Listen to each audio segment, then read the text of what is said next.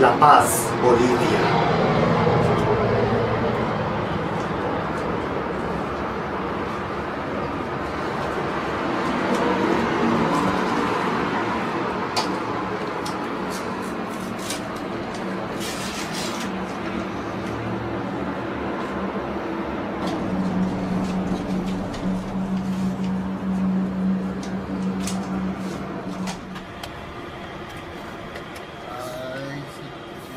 Take a photo.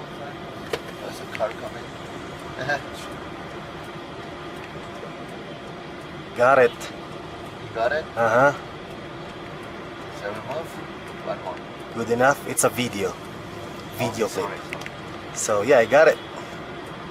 Make it move. Let's go. Bonus. Let's see the video. Stand one.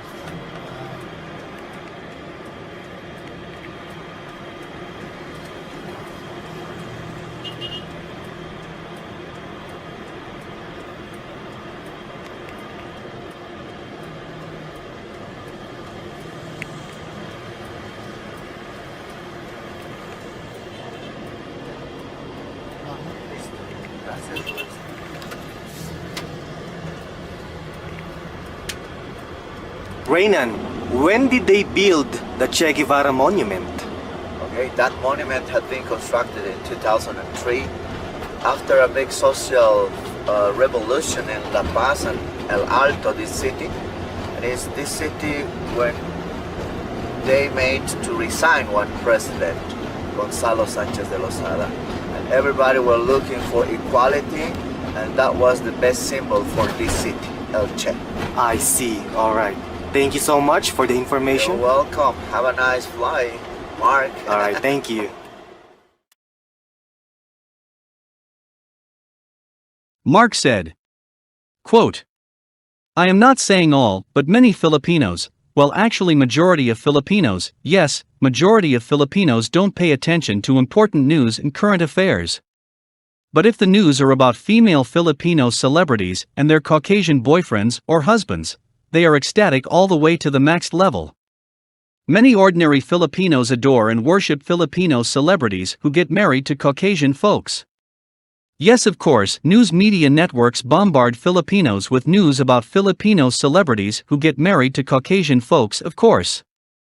The culture of colonial and whitewash mentalities in the Philippines are very deep, unfortunately. Pride of nationalism doesn't matter in the Philippines, but about importation and foreign pacification. Unquote. Ayan, ito, dalaga ka na. Kung halimbawa ba may manligaw sa'yo na puti, na foreigner, papatulan mo ba? Matanda na siya pero mayaman. Hindi po, kasi hindi ko naman po ipagpapalit yung karangalan ko at dignidad ko.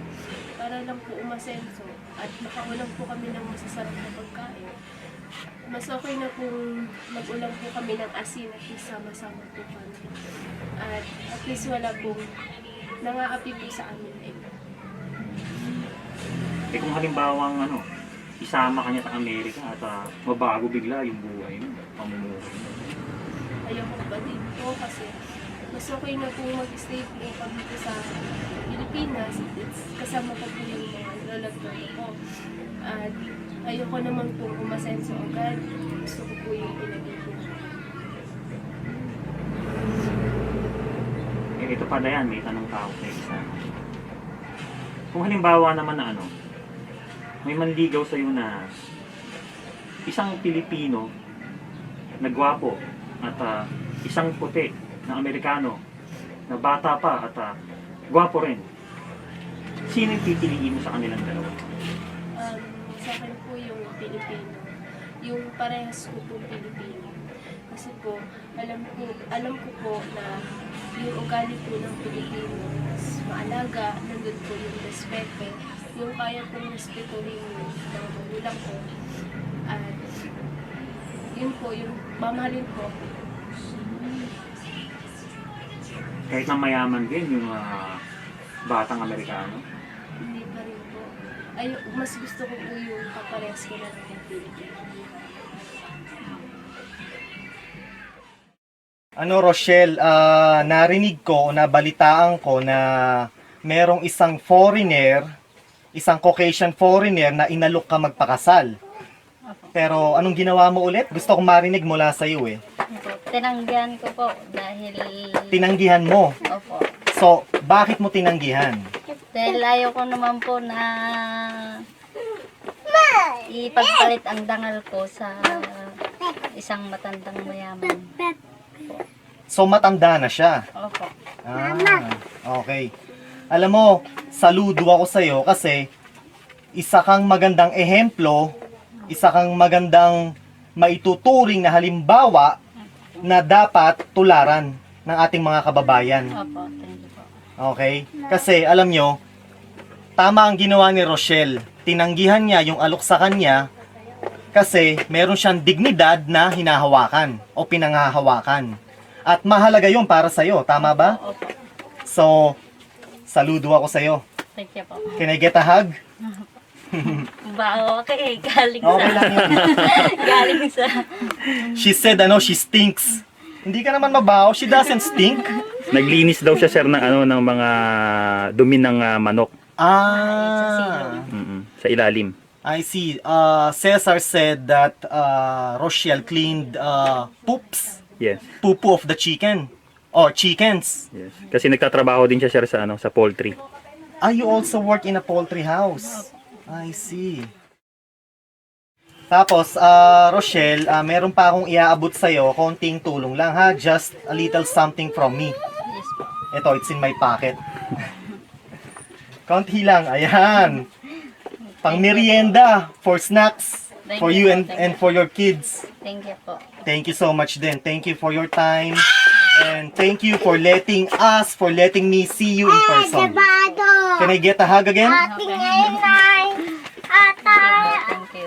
Ang babaeng dapat pamarisan. Yes. Si Rochelle. Can I have a picture with you? Yes po. Okay. Ayan. So, Rochelle, thank you very much again. Thank you for your time. Yes po. And sa mga kids mo, we'll see you again, ha? Yes po.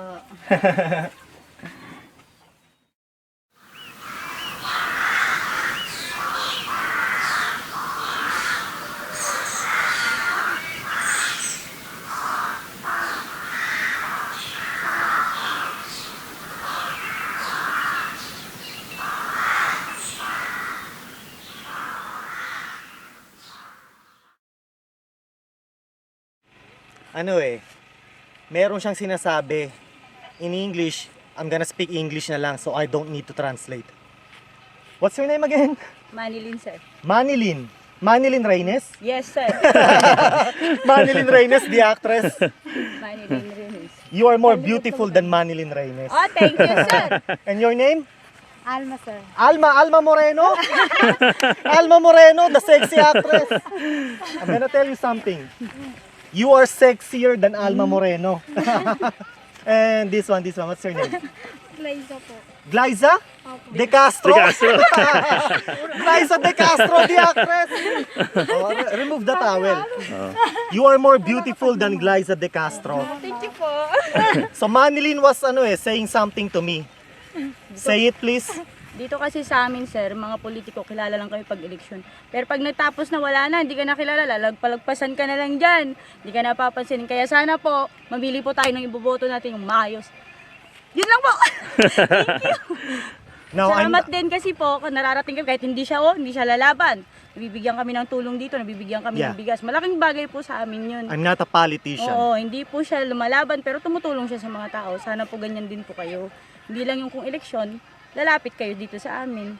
Sa amin sila, wala akong masabi sa kanila. Si Sir Cesar, pag sinabihan mo, dito na po sila agad. Dito na yung tulong si Sir Mark. Salamat, maraming salamat. You're welcome.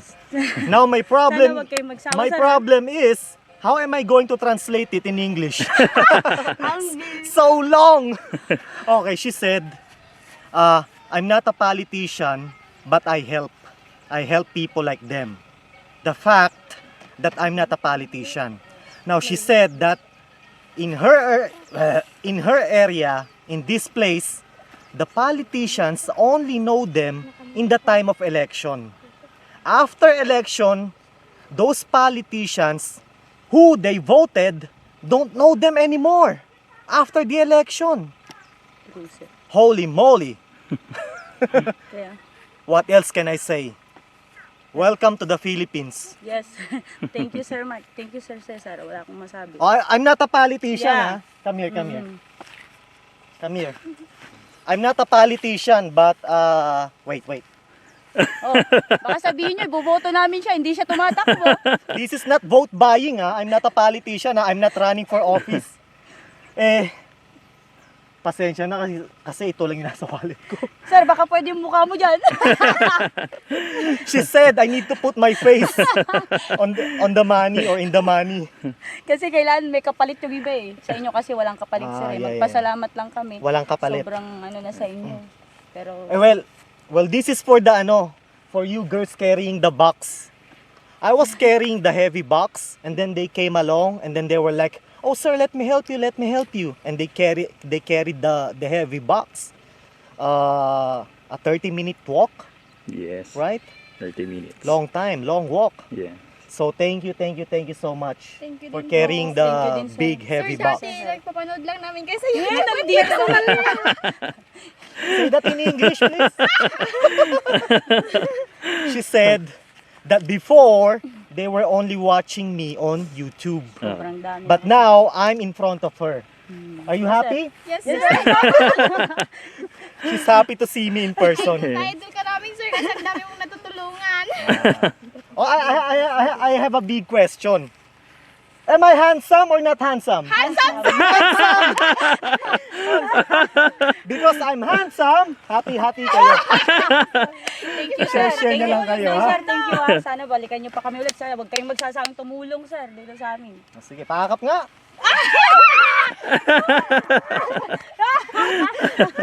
Yakan na ulit eh. Ma Manilyn Reynes.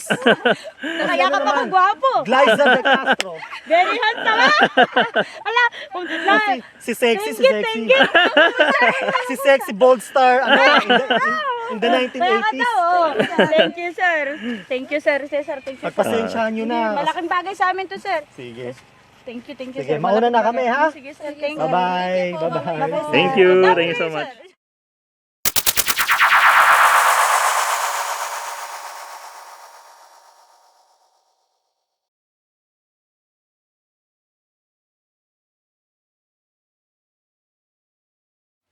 Libtard, yellow tard, yellow retarded, dilawan, yellow leftist, Aquino supporter, Liberal Party supporter, leftist communist, NPA sympathizer. Ito ang trend nowadays. Kapag ikaw ay hindi Duterte supporter, ikaw ay automatic na labeled na makadilawan o makadilaw at minsan ay NPA communist pa. Ang fenomeno na ito ay may kinalaman sa epekto ng bandwagon at social/societal placebo. So halimbawa sa classroom, may nagpauso ng tukso sa isang kaklase ninyo. May isang tumukso kay Jose na si Jose daw ay pangit. So may mga nakarinig at nakakarinig na iba. Oo. So ang mga iba na ito ay ikakalat nila sa iba pa nilang mga kamag-aral. So ang nangyari ay si Jose ay nabansagang Joseng pangit sa buong paaralan. Ito ang tinatawag na bandwagon effect. So ang bandwagon phenomenon effect natin ngayon ay President Duterte is the best. He is the best president ever. Uunlad ng Pilipinas dahil kay President Duterte.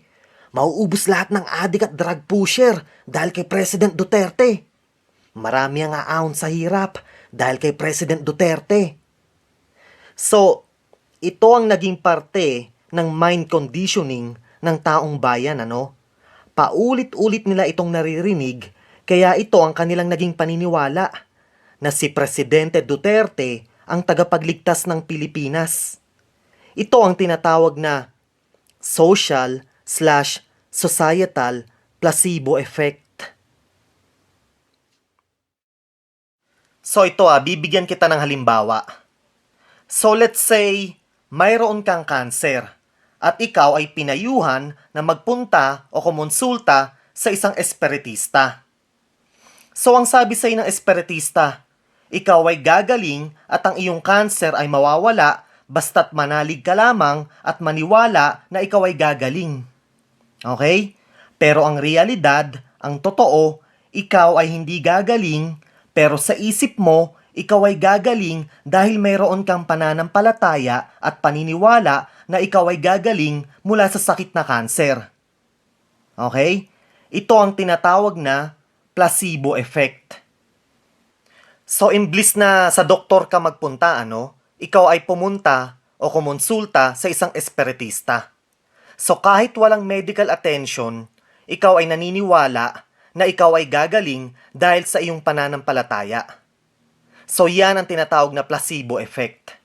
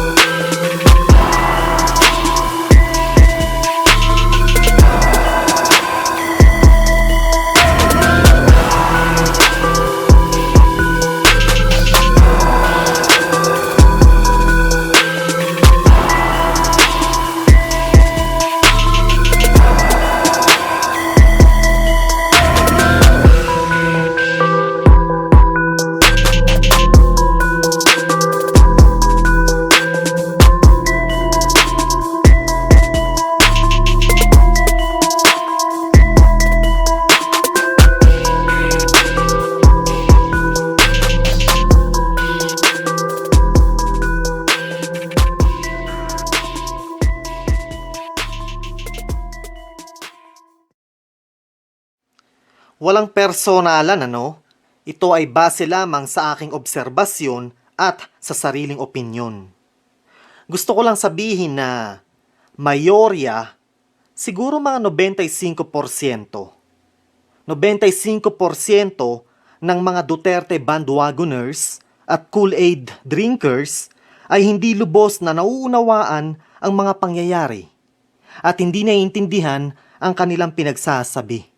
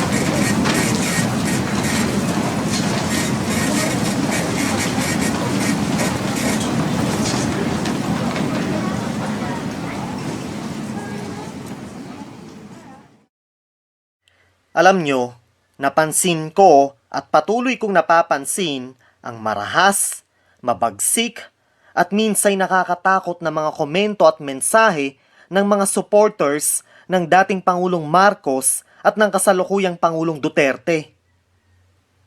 Kapag may nagbitaw ng constructive criticism ukol sa Pangulo, siya ay babalikan at babanatan ng mura, pangiinsulto, at minsan ay death threat pa. Alam nyo, napansin ko rin na ang mayorya ng mga taga-depensa ng dalawang nabanggit na Pangulo ay mahina sa comprehension, sa spelling, at sa pag-construct ng sentence.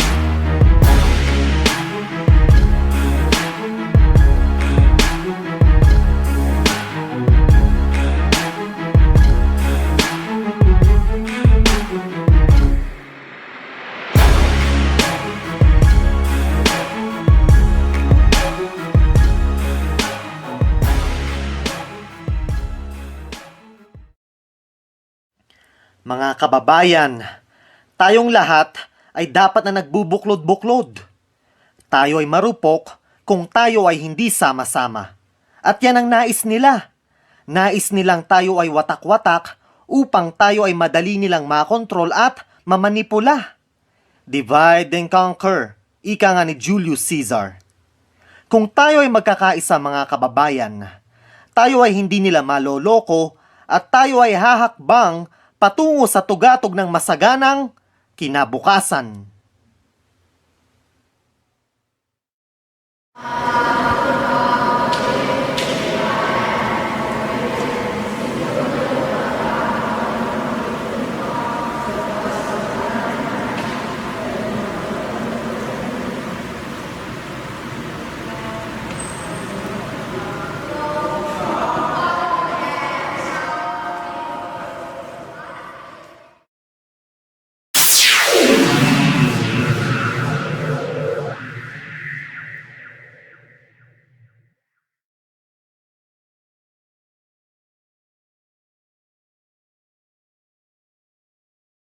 Magpapalit-palit man tayo ng presidente kada 6 na taon, may magbabago ba?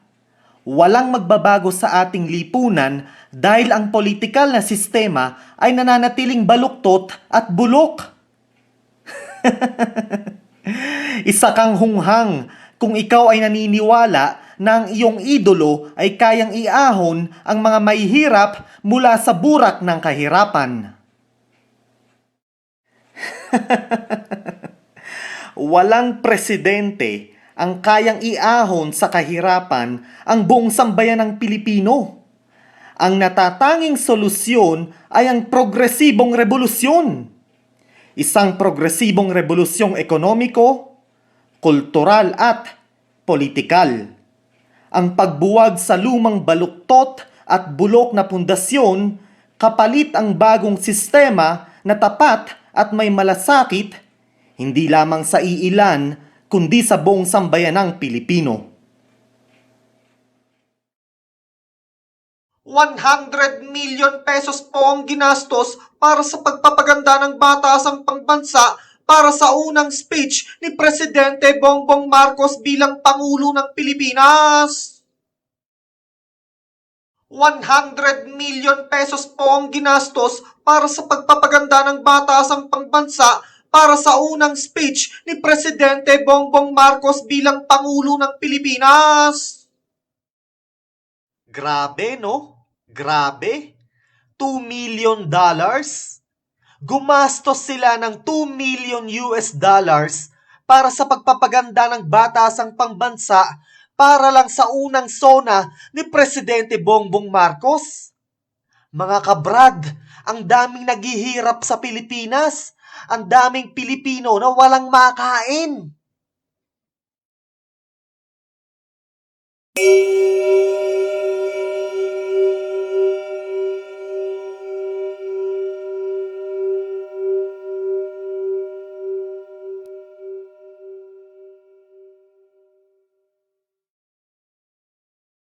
said that he has all the rights to report, to express his opinion and expression, according to the 1987 Constitution Bill of Rights.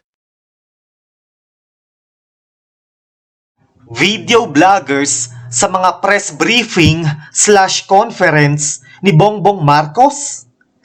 Papalitan na ba ng mga video vloggers ang mga accredited at legitimate na mamamahayag?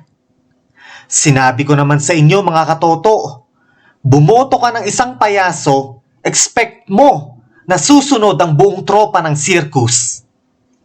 Ano na ang nangyari sa bansa natin mga kababayan ko? Bakit natin hinahayaan to?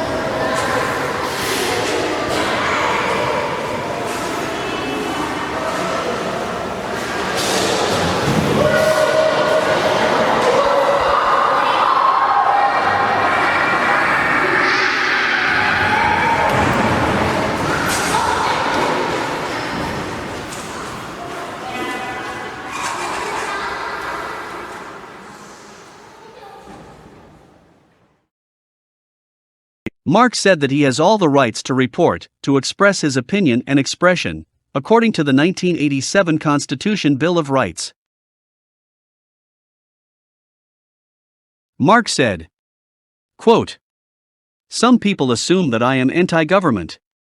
Some people misjudge that I am anti-government. My reply, no, I am not. I am not anti-government. As a matter of fact, I truly believe in a firm government for the people. A government for the people and by the people. It is an elementary common sense, my friend. How could a society function without bodies of a government? It is impossible. We need a government for our society and nation to function accordingly. You see, my friend, I am not anti-government. It's the corruption, abuse of power, greed, exploitation, oppression, and repression that I despise. Do you understand what I am saying here? Do you understand my point? Unquote.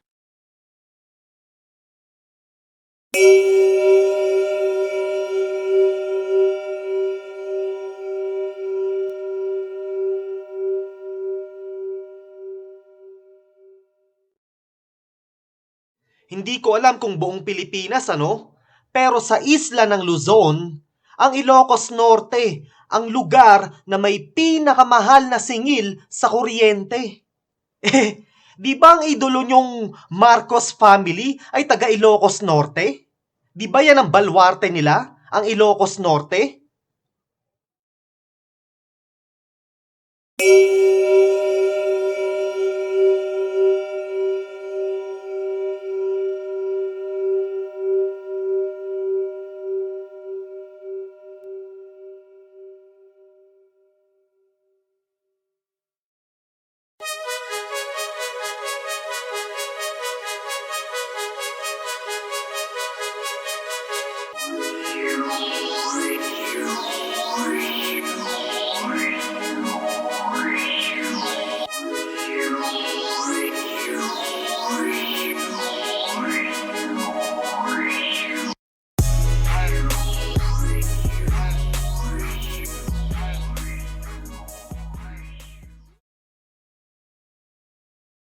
Ang nanay at tatay ko ay parehas laki sa hirap.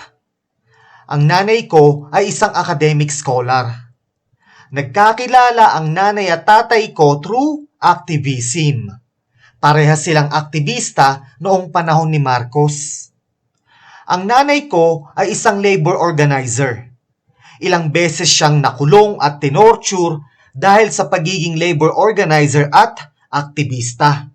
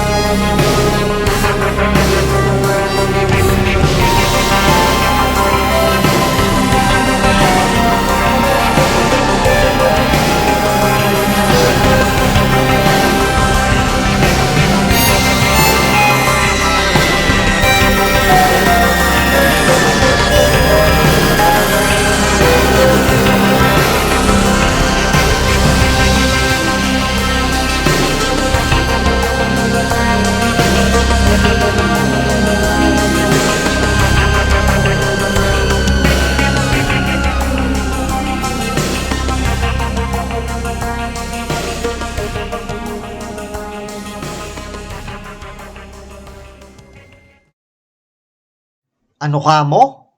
Press freedom sa Pilipinas? Tignan mo ang ranking ng Pilipinas.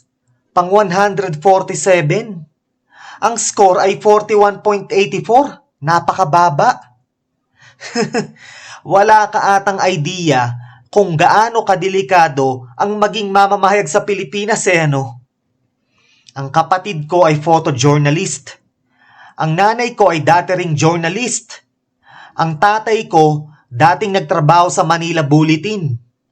Ako, kumuha ng Mass Communication Arts sa kolehiyo. Alam ko at alam ng pamilya ko kung gaano kadelikado ang maging isang mamamahayag sa Pilipinas.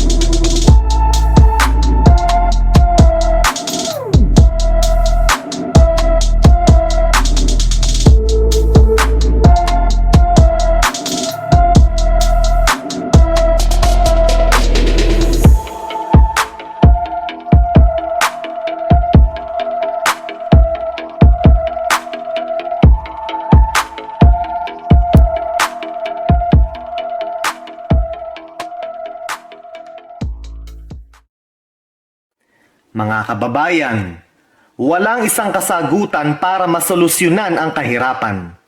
Upang masugpo ang kahirapan, kailangan natin matukoy at matunton ang punot dulo at ugat nito. Iyong pakatandaan na tama at sapat na edukasyon ang isa sa mga armas na panlaban sa kahirapan. I will say it again, folks.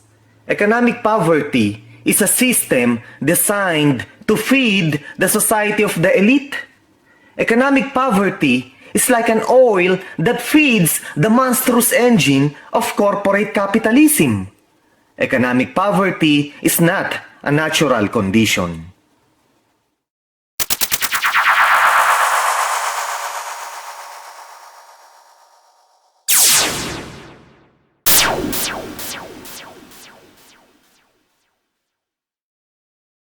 Mark said, quote, "This is my personal opinion, perspective, and insight. Those lawmakers who want to amend the 1987 Constitution to give more freedom to foreign investors are all sellout and traitors to their own motherland. Those sellout politicians do not care for the well-being of their own countrymen, but for the enriching of their own pockets. A politician who tells you that easing more the restrictions or worse, giving 100% full ownership to foreign investors in the Philippines is either simply ignorant or a liar. Easing the restrictions, or worse, giving a 100% full ownership to foreign investors in the Philippines will produce more social injustices. Economic inequality, the gap between the rich and the poor will rise statistically even higher. There will be more oppression, exploitation, and abuses of the local population. We Filipinos will lose our voice, and we will just be insignificant pawns in the Game of Thrones. Our nation won't belong to us any longer, and we will be ruled by foreign overlords. Our pride of nationalism will completely fade away along with our national identity. Local Filipino workers will remain economic slaves by foreigners. Local police force, military and government officials will be nothing but toy soldiers of the crony foreign businessmen. They will work for the interests of the foreign overlords and not for the well-being of the local population. Government officials, local Filipino businessmen and politicians should work together on how to produce and improve local Philippine businesses, not to obliterate for the sake of foreign investors' interests. What else could I say? Money is the root of all evil. Like they always say, follow the money, and that's what those corrupt government officials and politicians do. I will say it again, those lawmakers who want to amend the 1987 Constitution to give more freedom to foreign investors are all traitors. I feel sad for our motherland. I feel sad for us Filipinos. Unquote. Ang healthcare ay dapat na ituring na human right at hindi isang pribilehiyo.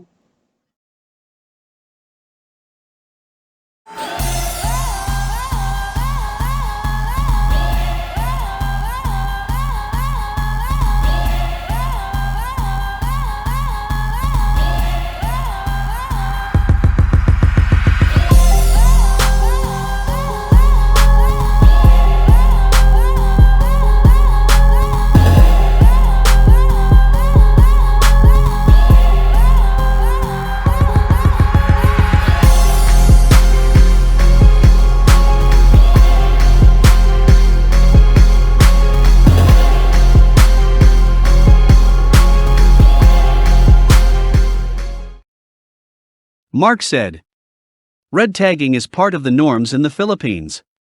Yes, the military, the police, and some pro-fascist people accuse critics and dissents rebel communists and terrorists. So I have to tell this, that no one from my family is a part of the armed rebel communist group. No one from my family is a terrorist. Don't quote me out of context.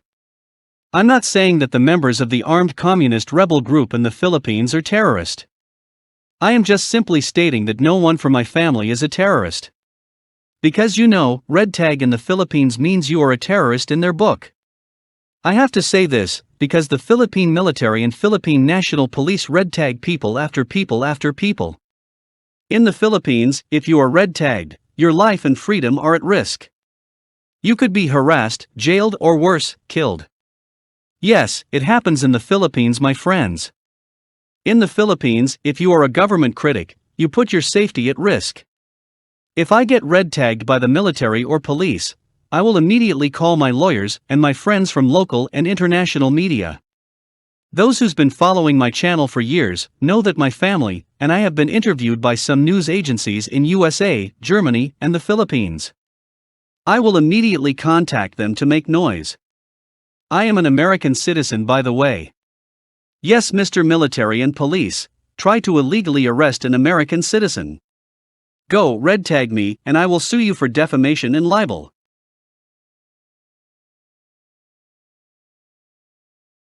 May isang Duterte at Marcos fanatic na babaeng nagtanong sa akin. Ang tanong niya, Mark, taga-UP ka ba? Aktivista ka eh. Mga taga-UP, mga aktivista yang mga yan eh. Ano ba talaga pinaglalaban yang mga yan? Mga pangpagulo lang yung mga yan sa bansa natin eh. Mga komunista yang mga yan. Ang sarkastikong sagot ko sa kanya. Alam mo, ang mga poon mong si Duterte at Marcos ay hindi papasa at tatanggapin sa UP. Bakit ka mo? Dahil ang mga poon mo ay hindi intelihenteng tao.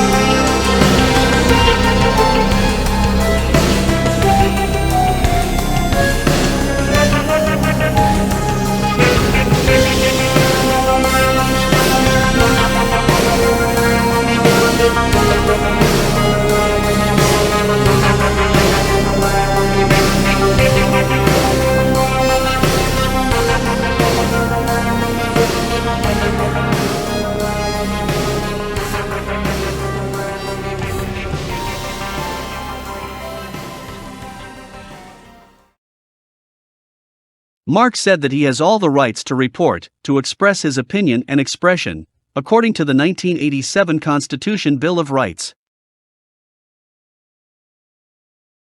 Wah, lastik. Tax increase na naman. Talagang wala kayong awa sa mga ordinaryong Pilipino ano? Isa na naman itong tinik sa bulsa ng mga ordinaryong Pilipino. Wala kayong awa. Ang iniintindi nyo lang ay ang inyong pangsariling kapakanan. Ibinabaon nyo ang bansang Pilipinas at ang mga ordinaryong Pilipino sa utang. Nakakaawa ang henerasyon ngayon at ang henerasyon ng bukas. At ito ay dahil sa mga buitreng nakaupo sa kapangyarihan. Mga kababayan, hindi pa ipinapanganak ang iyong anak at magiging apo, pero mayroon na silang obligasyon na bayaran ang mga utang ng ating inang bayang Pilipinas na inutang ng mga buitre sa pamahalaan.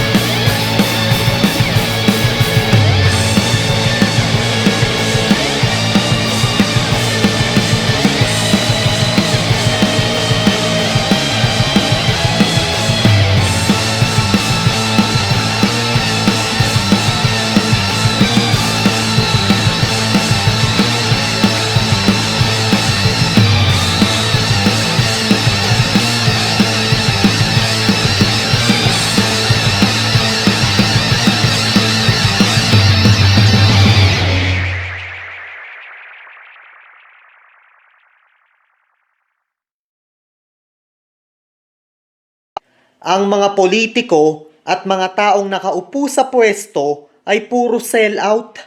Ibinenta nila ang Pilipinas at patuloy na ibinebenta ang Pilipinas sa mga dayuhan.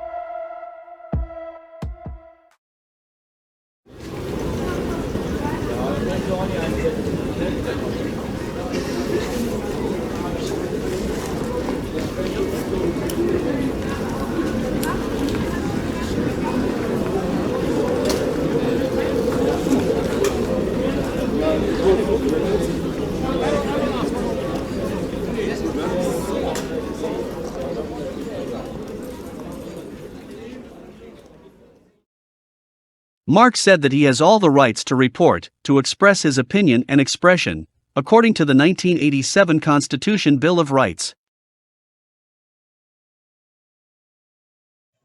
May nag-iwan ng comment Ang sabi niya, napapansin daw niya o napansin niya na ang mga produktong binibili ni Cesar sa grocery ay puro nasa wikang Ingles. Common daw ba yan sa Pilipinas? Heto ang sagot ko. Paano ba naman? Ang Philippine market ay tinatadtad/binobomba ng mga produktong imported. Karamihan ay mga produktong galing sa bansang Amerika. USA is flooding the Philippine market with their own products, with American-made products. Alam nyo mga katoto, isa ito sa mga dahilan kung bakit nananatiling mahirap ang bansang Pilipinas. Alam nyo kung bakit? Dahil wala tayong economic independence.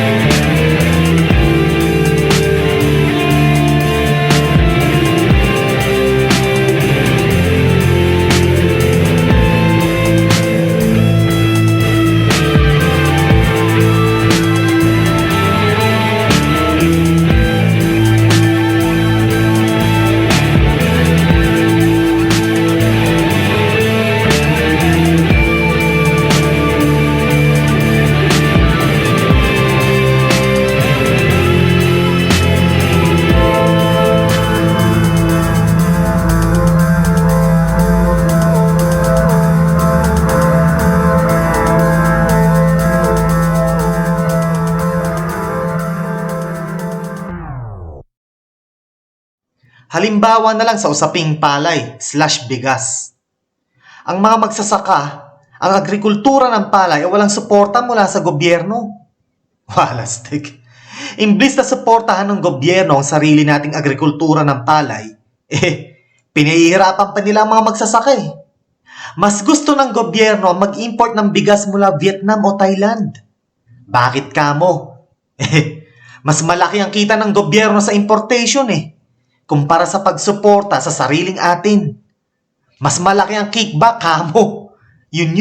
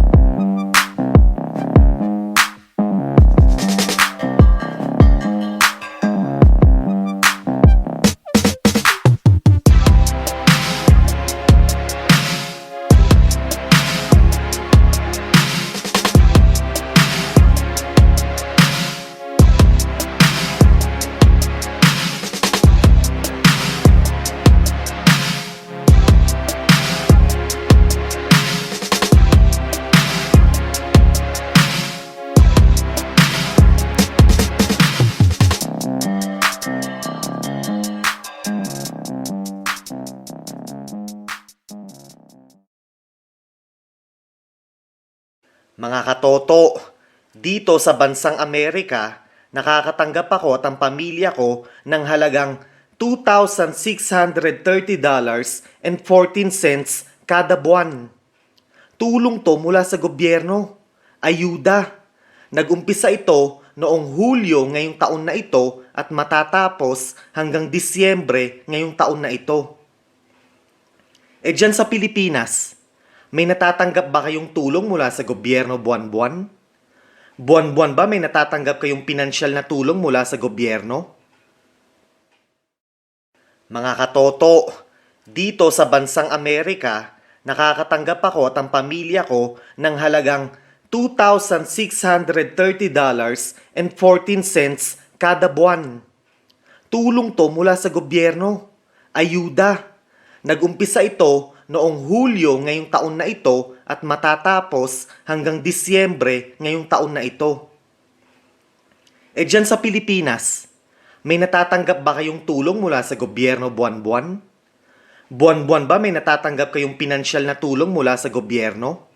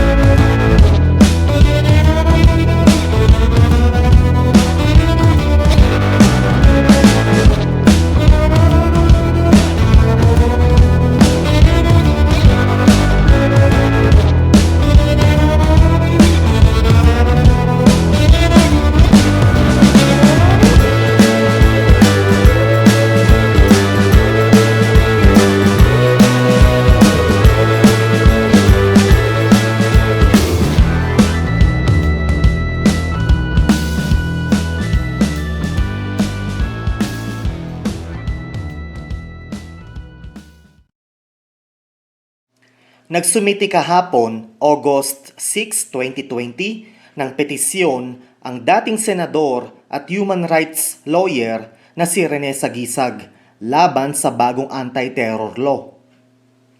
Si attorney/senator Sagisag ay isang batikan na human rights lawyer noong panahon ng diktadorya ni Marcos. Sa katunayan, malaki ang kanyang naitulong sa aking ama at ina upang makalaya sa kulungan.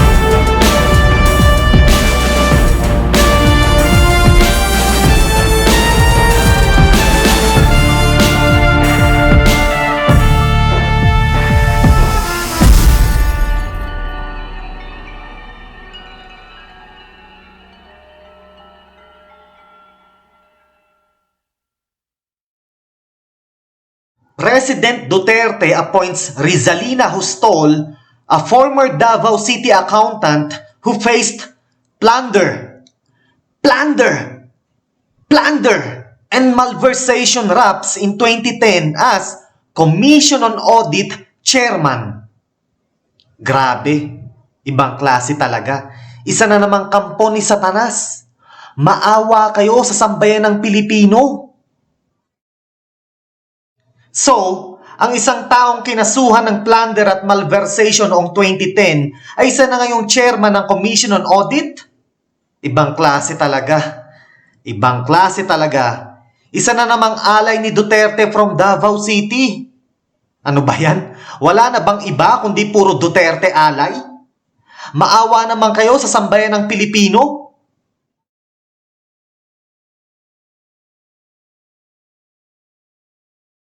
Maria Victoria Dizon said, "Wala na bang iba outside the circle of Duterte?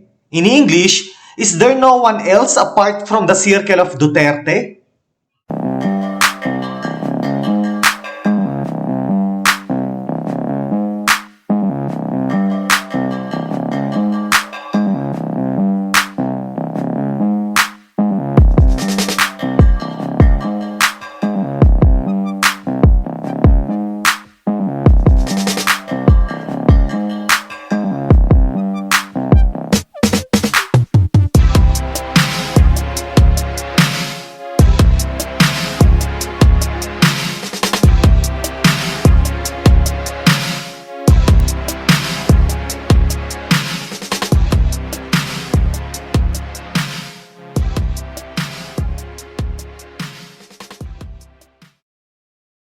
Mark said that he has all the rights to report, to express his opinion and expression, according to the 1987 Constitution Bill of Rights.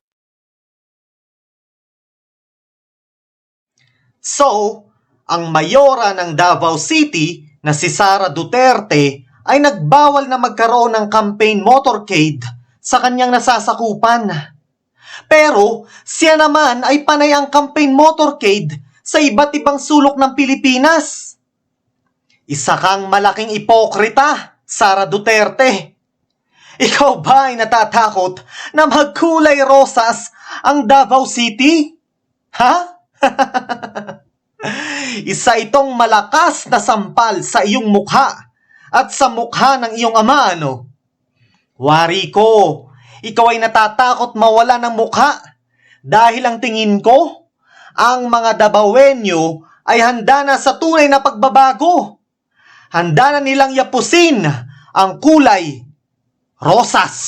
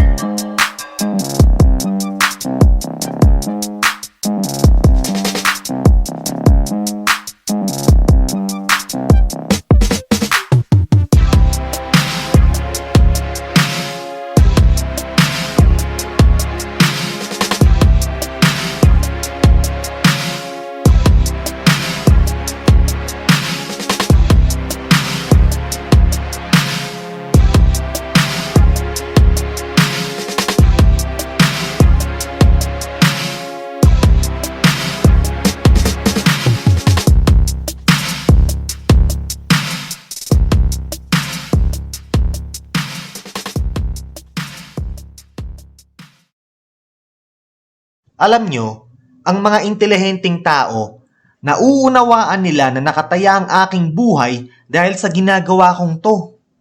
Naa-appreciate nila ang aking walang habas na pagbatikos at pag-expose sa katotohanan. Ngayon, ang mga brainless na katoto, hindi yan nagbibigay atensyon sa mga mahalagang societal issues na dapat bigyan ng pansin. Mas nais nilang batikusin ako na kung bakit ko dinala si Mary Ann sa beach. Pero syempre, hindi ko sila masisisi. Walang kapasidad ang kanilang bunbunan para sa mga usaping malalalim. Ano nga ba ang alam nila at paki nila sa societal issues? Natural, wala. Mas nais nilang manood ng We Are All Dead sa Netflix kaysa makinig sa mahalagang balita.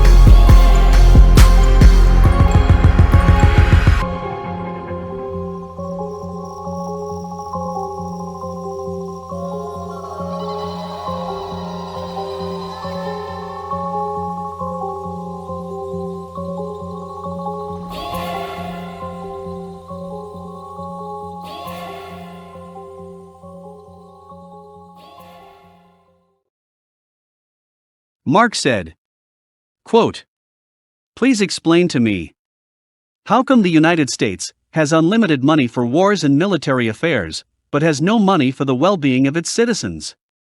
The United States spends trillions of dollars on wars, but there's no money for universal healthcare and free college education. How come?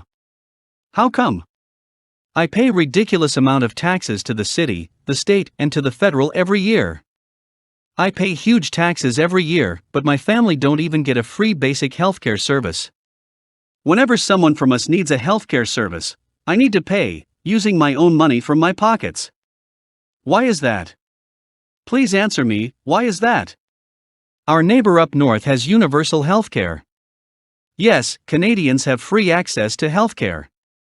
The British, Germans, Italians, French and others have free access to healthcare services.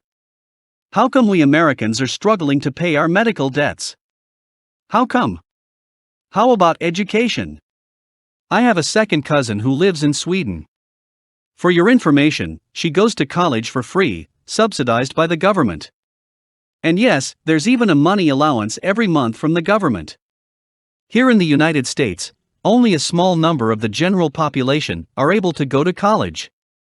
College education here is very expensive, and many students are in deep educational financial debts. How come? How come? Healthcare is ought to be considered as a human right, not a privilege. Education is ought to be considered as a human right, not a privilege." Unquote. Hindi ko nilalahat pero maraming tao ang walang pakialam sa katotohanan. Ang gusto lang nila ay marinig ang gusto nilang marinig. Kahit ito pa ay binabalot ng panlilinlang at kasinungalingan.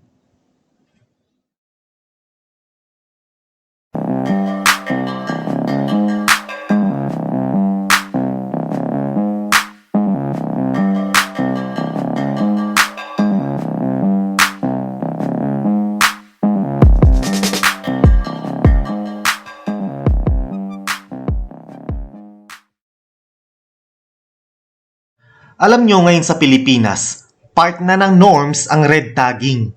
Kapag ikaw ay may hinanaing sa gobyerno, Automatic, ikaw ay isang komunista at kasapi ng makakaliwang rebeldeng grupo sa paningin ng mga panatiko/deboto sa gobyerno. Brad, malinaw na sinasaad sa ating saligang batas na tayo ay may karapatang umiling, hindi sumang-ayon at maghatid ng ating saloobin sa gobyerno. Kung ang isang tao ay nagpapahayag ng kanyang pagkadismaya sa gobyerno, hindi ibig sabihin nito ay siya ay isang komunista at kasapi ng makakaliwang rebeldeng grupo.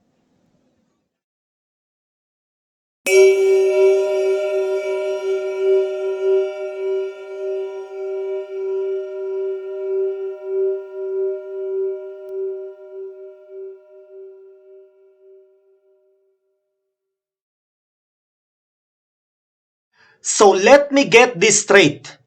Ang mga Ukrainians na lumalaban para ipagtanggol ang kanilang bansa at kasarinlan ay mga bayani. Pero ang mga Palestinians na lumalaban para ipagtanggol ang kanilang bansa at kasarinlan ay mga terorista. Double standard?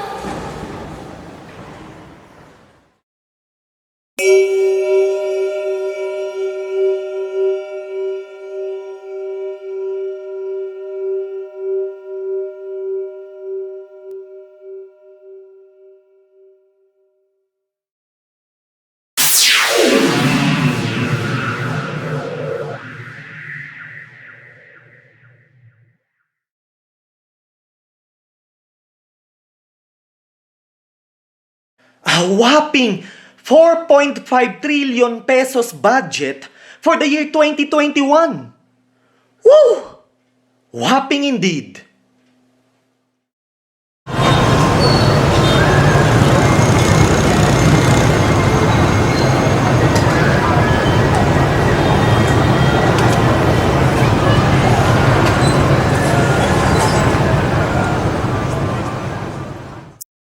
A 3,000% increase in fund to end the armed conflict against the communist.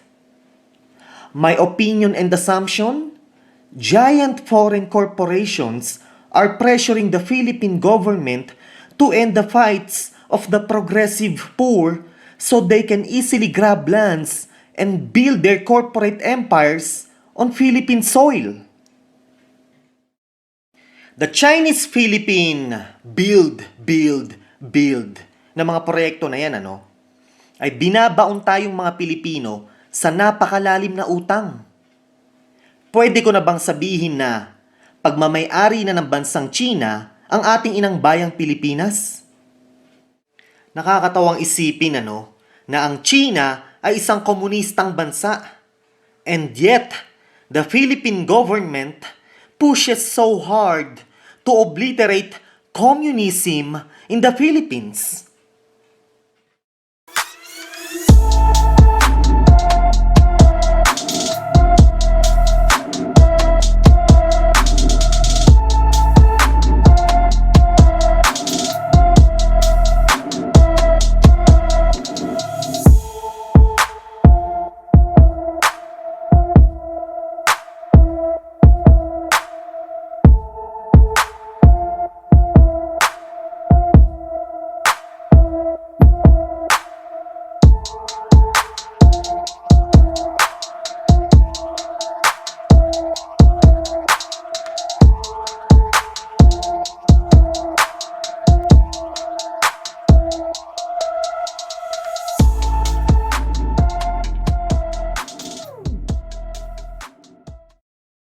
Ayon sa mga ulat o balita, nagkakagulo ang mga kongresista sa Kongreso ukol sa hatian ng pork barrel. nagkakagulo din ang mga kongresista kung sino ang susunod o dapat na maging House Speaker. Ayon sa balita, ang bangayan ukol sa kung sino ang nararapat na maging House Speaker ay dahil sa hatian ng pondo ng pork barrel.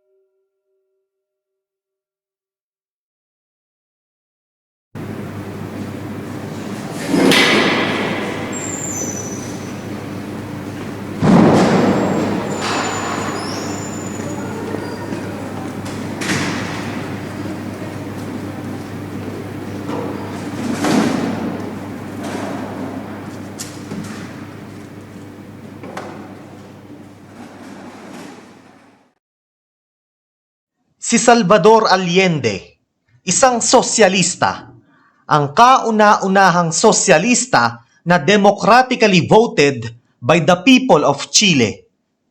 Si Salvador Allende, isang admirer ni Fidel Castro at Che Guevara.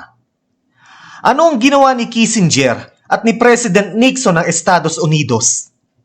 Inutusan ng CIA na magkalat ng lagim politically, economically, at militarily sa Chilean society.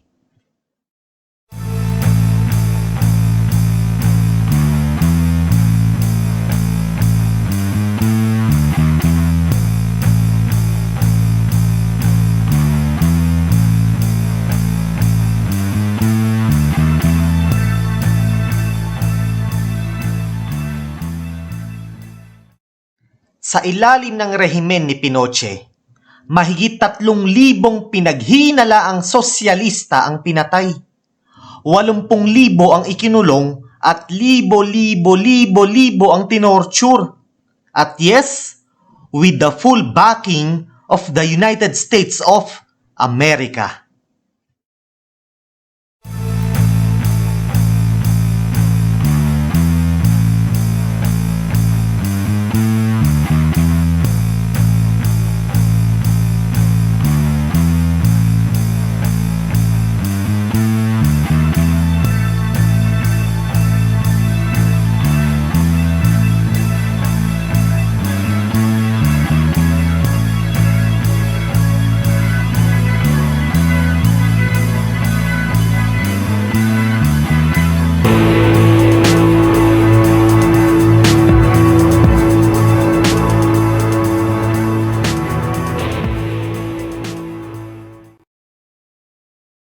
Sa mga ina-upload ko na tungkol sa mga mahalagang societal issues, may isa o dalawa na magbibigay atensyon. Kapag sinasabihan ko si Cesar na ipakita ang bottom part ng toilet bowl para malaman natin kung malinis ba sa bahay ang nakatira, nako, tadtad ng comments ang comment box. Malimit nilang sabihin na may sayad daw ako sa utak. Mga hunghang, mag-comment kayo about sa mga mahalagang bagay na dapat bigyang pansin sa ating lipunan. Hindi yung lagi kayong naghahanap ng bagay na ipupukol sa akin. Pero syempre, masisisi ko ba kayo? Ang laman ng bunbunan nyo ay hanggang pangkubeta lang.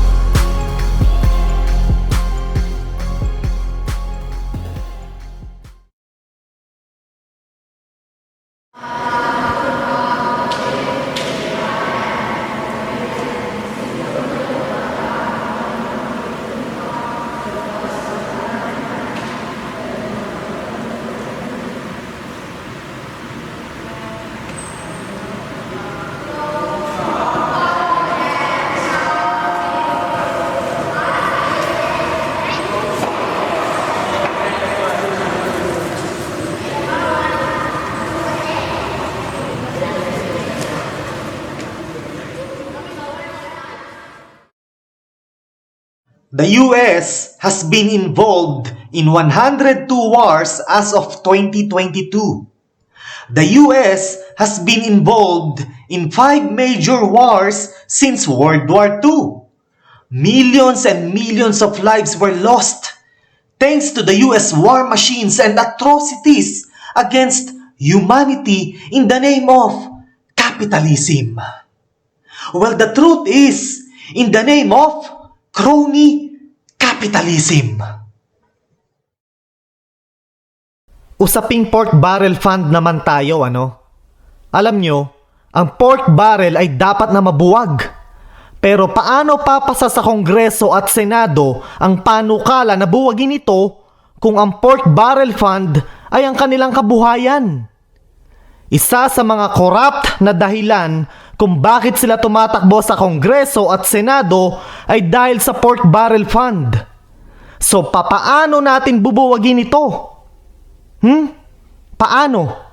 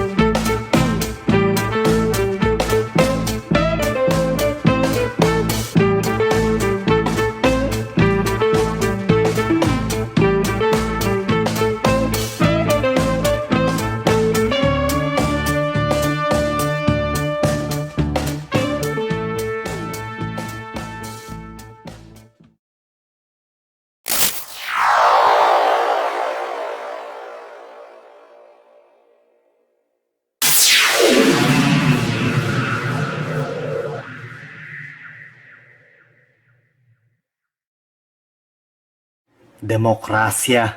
Paano mo nga ba ilalarawan ang salitang demokrasya? paano mo bibigyang kahulugan ang salitang demokrasya?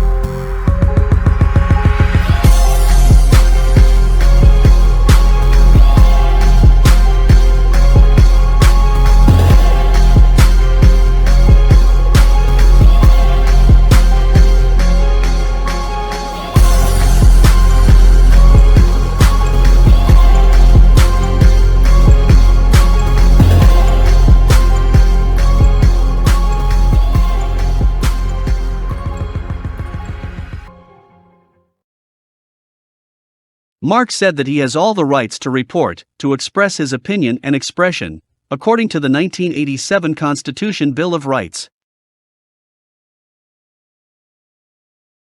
Kagaya ng aking paulit-ulit na sinasambit, maraming mga politikong Pilipino ay tuta ng mga crony businessman at mga dayuhang banyaga.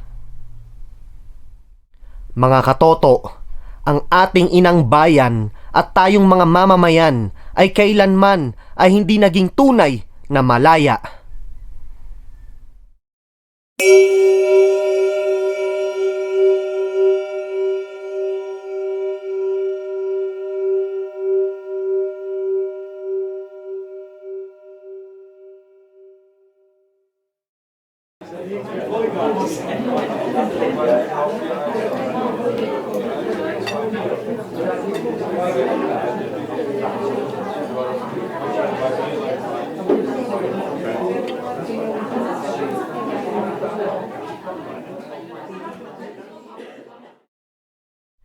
Pag-usapan natin ang POGO o ang Philippine Offshore Gaming Operations.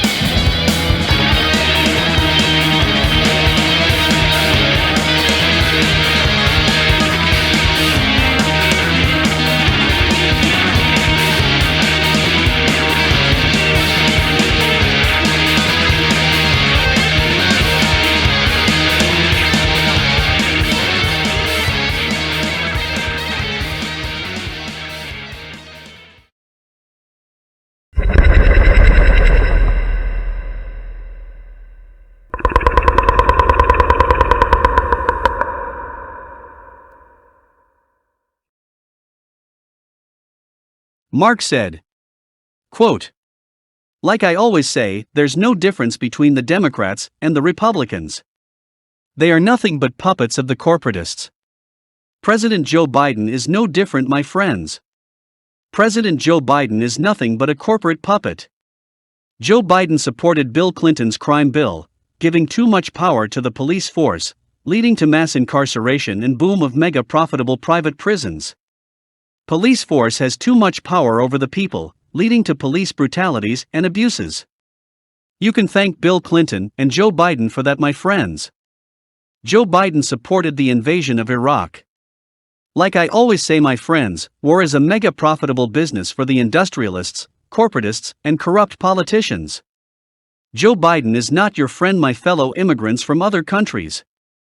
Former President Barack Obama and Joe Biden deported millions of undocumented immigrants in the United States. According to the report, 3.2 million undocumented immigrants were deported under the Obama administration, far higher than how many were deported during the Bush administration. If you are an undocumented immigrant and hoping for an immigration amnesty, forget it, Joe Biden is not your guy. Joe Biden supported outsourcing of jobs to third world countries. May I remind you, by the way, that former President Bill Clinton was the one who introduced China to the Global Trade and World Trade Organization in the early 90s. Joe Biden was delighted and fully supported the outsourcing of jobs overseas. China is a superpower today, and you can thank the Democrats for that. I will say it again, my friends, that the Democrats and Republicans are the same. They are nothing but corporate puppets. Unquote.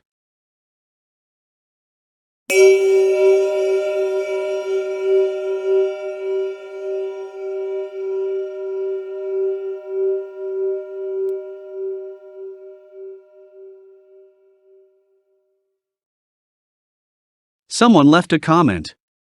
He said, "Mark, you are a socialist, so you have no right to buy a house." Mark's reply: "I always say that I have nothing against capitalism. It's crony capitalism that I despise. It's the corruption and exploitation that I hate the most. Also, just because I believe in democratic socialism doesn't mean that I am not allowed to buy a house. The heck, I pay huge property, city, self-employment, state and federal taxes. That is socialism, my friends. The problem is, a big chunk of my income goes to the government, but I get nothing in return. My family and I don't get free healthcare and medicinal services. My children won't be able to go to college for free. In socialist European Scandinavian countries, they have universal healthcare and everybody goes to college for free with money allowance every month from the government. That is the kind of democratic socialism that we Americans should have."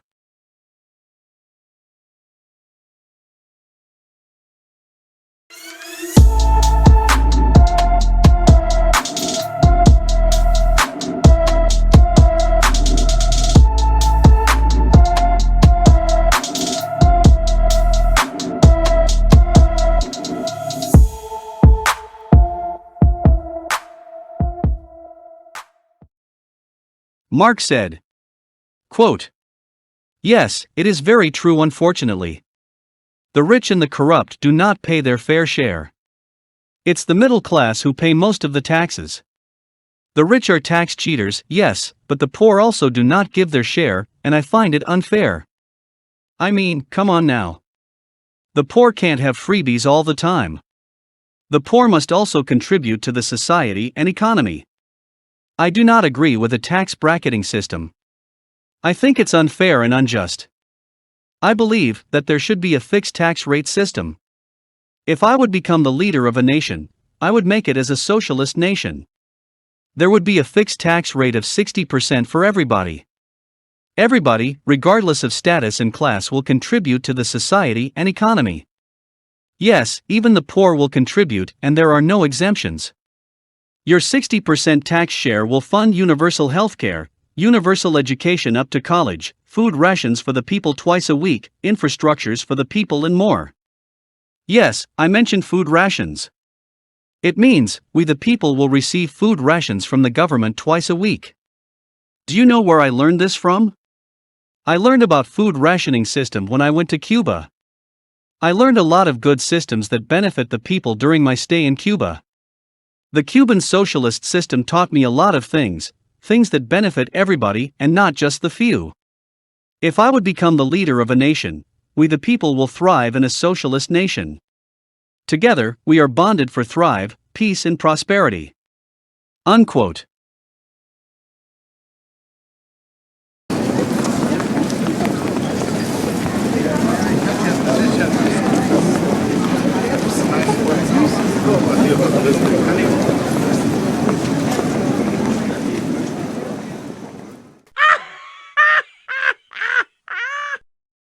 Kapag ang mga gringong Amerikano na yan nagpupunta ng Pilipinas tapos nagtatagalog sila. Nagtatagalog sila kaso balog-balok ang pagtatagalog nila. Ang reaksyon natin wow, ang cute naman. Ang cute niya magtagalog, nakakatuwa. Hihihihihi. Pero kapag tayong mga Pilipino nag-i-Ingles, ang reaksyon ng karamihan ano ba yan? Nakakahiya naman yan. Ang tsaka naman yan, hindi makapagsalita ng Ingles ng maayos. Bakit ganun? Ha? Again, uulitin ko, kapag ang mga gringong Amerikano na yan nagtatagalog ng baluktot, hihihi, nakakatuwa naman, ang cute-cute niya magtagalog. Pero kapag tayo nag-i-Ingles, ang reaksyon ng mga social climber na yan ang tsaka naman yan. Ano ba yan? Kadiri naman yan. Ay naku, huwag mo nga kaibiganin yan kasi hindi makapag-Ingles ng maayos. Bakit ganun?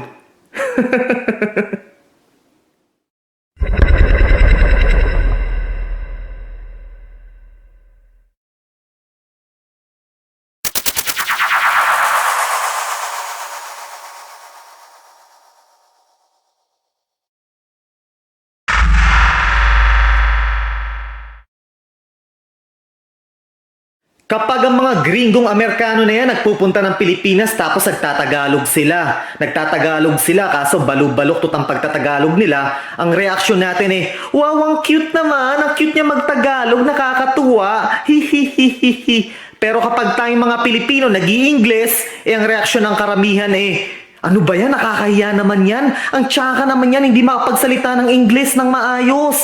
Bakit ganun? Ha?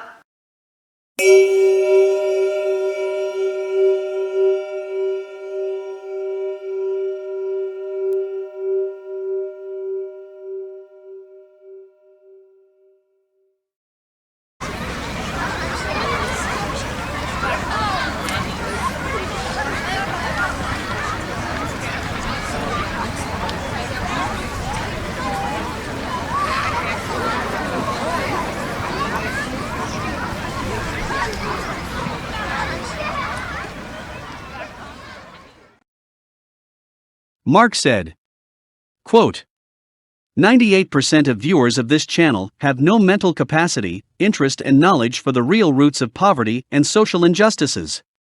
Many of the viewers of this channel, majority are Filipinos, are here for entertainment only. Yes, they are on this channel for the purpose of entertaining themselves. The truth is, majority of Filipinos are dumb, misinformed and unknowledgeable of sensitive societal issues. They would rather watch Korean telenovelas than to watch important news and current affairs. They would rather listen to gossips about lives of others than to listen to information that greatly affect the country as a whole. They would rather pay attention to love life of their favorite celebrities than to pay attention to social injustices that happen within the communities. Not all, but majority of Filipinos are dumb and ignorant. That is why we Filipinos are easy targets for the crony businessman and corrupt politicians to be fooled. Corruption, social injustices, oppression and repression are part of the Filipino culture because we Filipinos are dumb and ignorant. I will say it again, majority of Filipinos are dumb and ignorant. If we Filipinos really want positive changes for all, then we must be aware, pay attention, and do something about it. Remember, we need progressive changes that would benefit all, and not just the few who sit on the top of the paradigm. Unquote.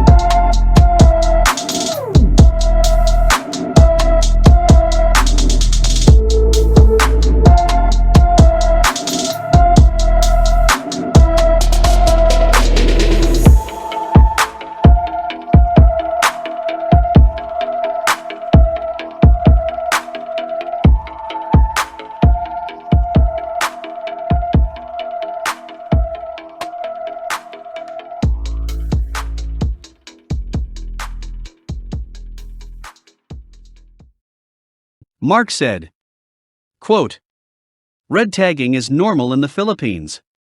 They red tag people who criticize the government. They red tag activists and dissidents, accusing them of being terrorists and part of the armed communist rebel group. These are what we all should understand about being an activist and the ideology of communism. 1. The Constitution Bill of Rights give us the freedom to shout out our grievances and to complain to the government. 2. The Constitution Bill of Rights give us the freedom to believe in whatever ideology we want to believe in. People should understand that believing and embracing the ideology of communism is not illegal by the law. Now, terrorism is a different story. Terrorism has nothing to do with the ideology of communism. President Duterte despises the communists in the Philippines, but his boss in China and China itself are pure communists. The irony. Unquote.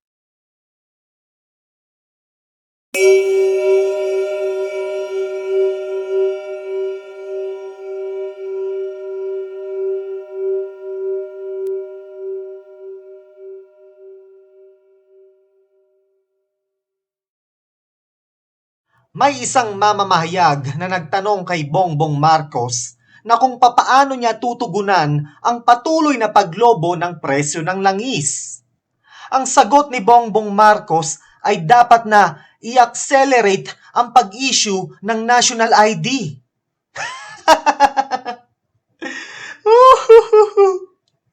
Pag-issue ng national ID? So, para masolusyonan ang patuloy na paglobo ng presyo ng langis, ay dapat na madaliin ang pag-issue ng national ID? Mr. President Bongbong Marcos, walang kinalaman ang national ID sa patuloy na paglobo ng presyo ng langis.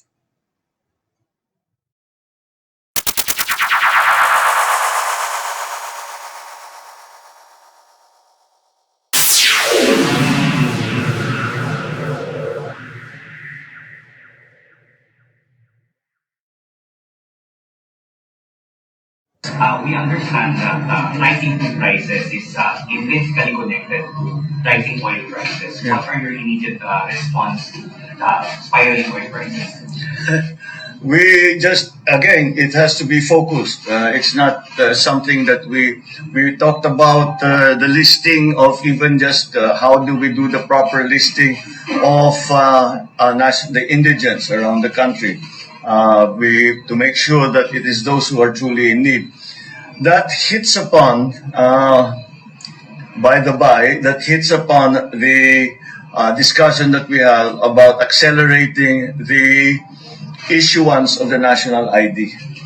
Because right now I think we're up to 12 million. Is that the correct number? Yeah, we're up to 12 million. Kulang na kulang pa yun. And all of these things, like the giving of the ayuda, all of these things that we are trying, we're going to digitize the bureaucracy. It all really depends upon everyone having their national ID.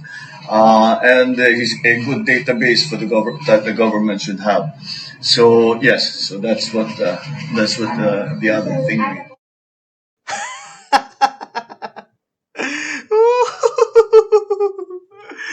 Ano daw? Ano pinagsasabi niyan? Lasing ba yan? High ba yan? Oh, 12 million lang daw ang nagpaparegister o nagparegister para sa national ID. Kulang na kulang daw. Good source daw ang national ID para sa database ng gobyerno.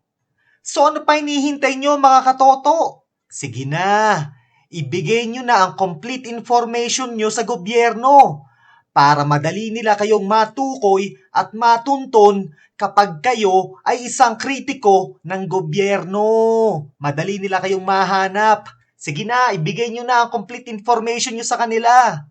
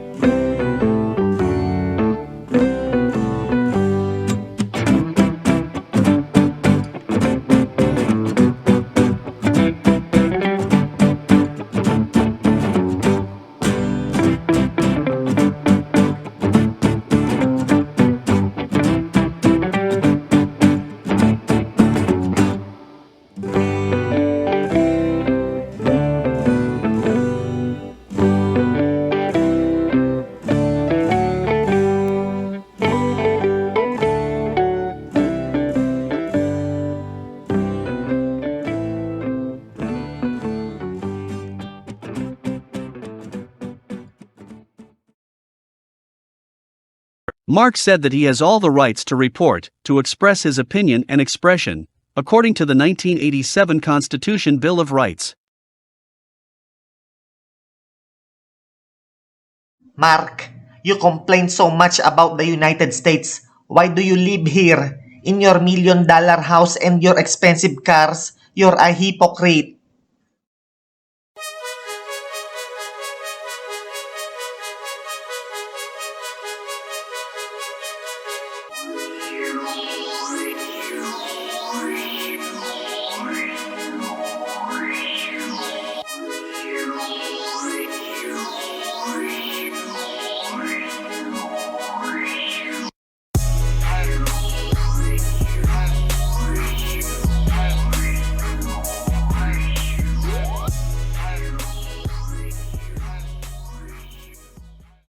Kagaya ng aking paulit-ulit na binabanggit, ako ay walang hinanaing sa bansang Estados Unidos at sa aking kapwa mga American citizen.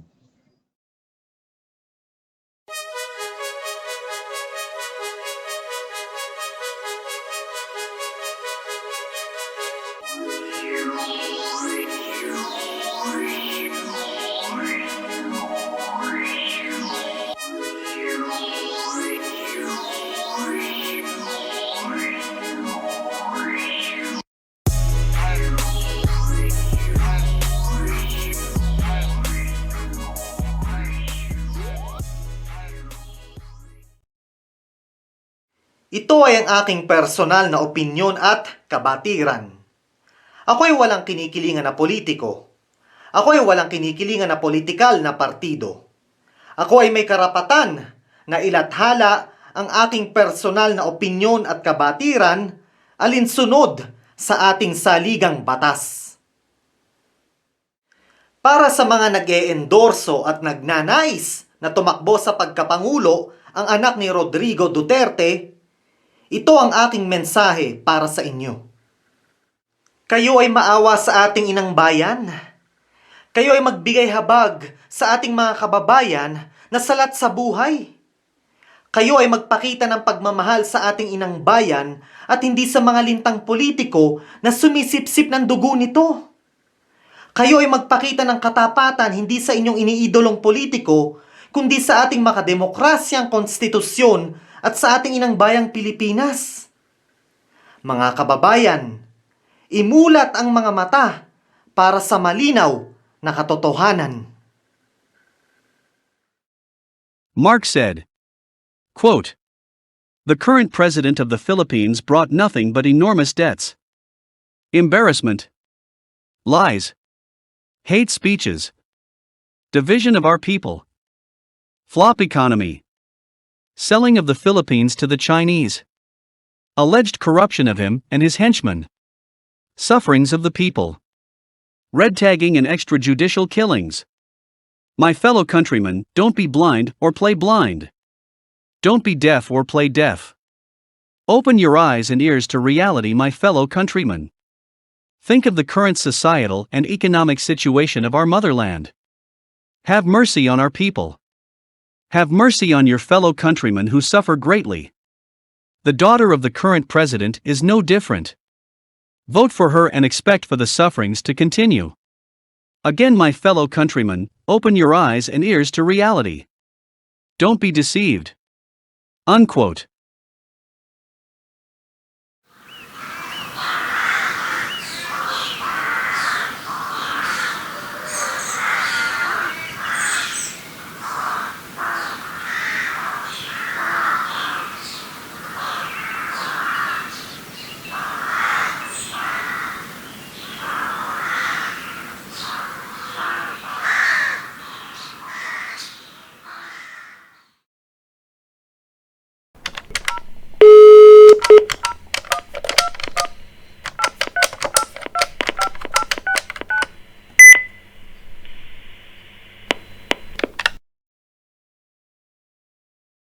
Mga ignorante. Pare-pareha sila ng sinasabi ano? So ang tanong, sino ang nagsusubo sa kanila ng mali at baluktot na impormasyon? Alam nyo, late 1800s pa lang, ay malaki na ang impluensya ng sosyalismo at komunismo sa Pilipinas. Panahon pa lang ng ating bayani na si Dr. Jose Rizal ay may impluensya na ng komunismo sa Pilipinas.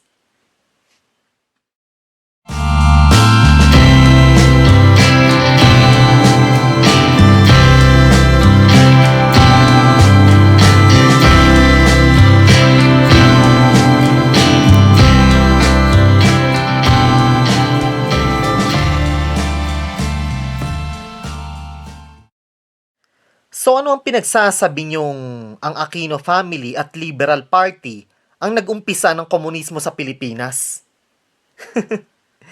Iisa kasing Kool-Aid ang iniinom niyo eh. Lahat kayo ay gustong sumakay sa iisang bandwagon.